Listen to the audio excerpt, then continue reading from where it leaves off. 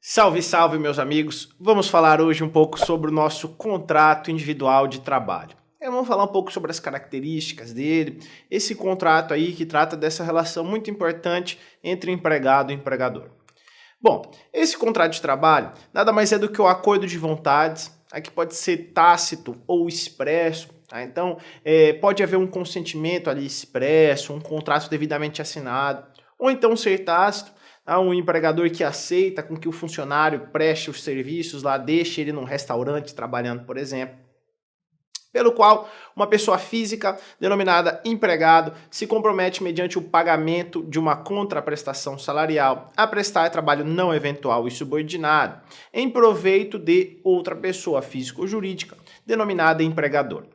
Vejam que nesse conceito aqui, a gente acabou, de certa forma, falando daqueles requisitos de uma relação de emprego. Só vou falar num contrato de trabalho quando eu tiver essas figuras, pessoa física, a pessoalidade, quando eu tiver ali essa não eventualidade, quando eu tiver ali aqueles requisitos que são essenciais de uma relação de emprego, prestadas ali a um empregador. Esse sim pode ser uma pessoa física ou uma pessoa jurídica, diferente do empregado. Ótimo. Uma observação importante em relação a esse contrato de trabalho é que ele deve possuir um objeto lícito. Isso daí está lá na OJ 199 da SDI 1 do TST. E por que eu falo isso?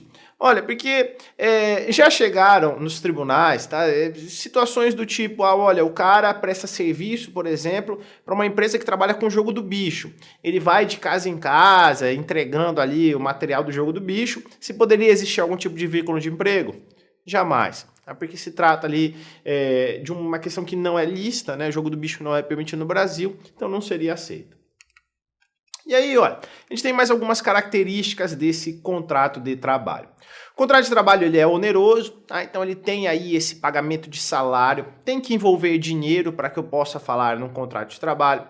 Ele, regra geral, é informal. Ele é, regra geral, informal. Então, eu não tenho ali requisitos específicos para constar nesse contrato de trabalho. A sua regra seria a informalidade.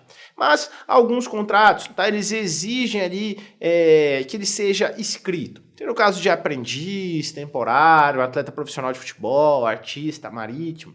Alguns contratos de trabalho têm ali uma certa exigência. Se fala em certos requisitos da lei que devem ser cumpridos. Olha, esse contrato de trabalho ele também é bilateral. Então as duas partes aí têm que manifestar sua vontade, as duas partes manifestam seu consentimento. Além disso, ele é sinalagmático, as duas partes ali têm direitos e obrigações recíprocas. Ele é comutativo, porque esse serviço prestado ali equivale a essa contraprestação. E existe aí também uma manifestação de vontades, o que torna ele consensual. É bem parecido com o que a gente já falou por ser bilateral. Além disso, ele também é um contrato de trato sucessivo, de prestação continuada, ele se prolonga no tempo. É um contrato que não tem aí, regra geral, fim, só existiria naquele contrato por prazo determinado. Porque o contrato, regra geral, ele é indeterminado, e aí ele é de trato sucessivo. Essas prestações serão continuadas. É um contrato de atividade, porque visa ali a prestação de serviços, podendo ali ser tácito, expresso, verbal, escrito, aquilo que a gente já falou no começo, tirando algumas exceções. Certo, meus amigos? Isso aí é algumas características desse nosso contrato individual de trabalho. Até a próxima.